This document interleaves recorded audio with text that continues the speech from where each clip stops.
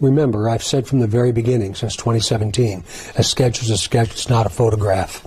It's the most complex case he's ever seen. We're going to be very methodical, we're going to be very purposeful, and we're going to be very direct in everything that we do.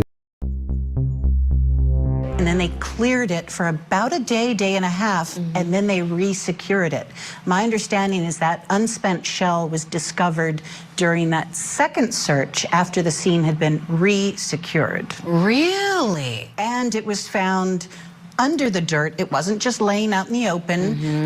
It had been somewhat buried, whether intentionally or through time and the elements, we don't know.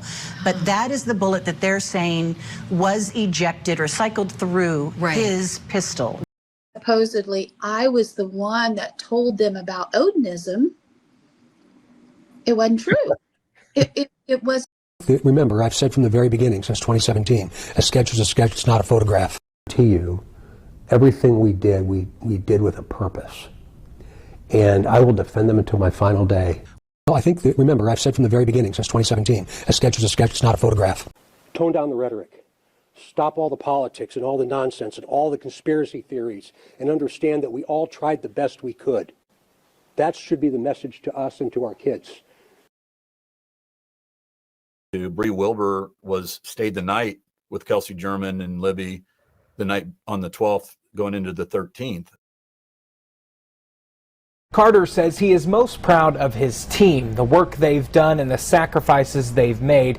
As far as criticism of them goes, he says he hopes it continues because it only makes them better. Jerry Holman is not a liar. I'll crawl across shards of hot glass for Jerry Holman. Remember, I've said from the very beginning, since 2017, a sketch is a sketch, it's not a photograph. That reset button and understand that justice in this country was served, and if you don't like justice in this country, go do another one.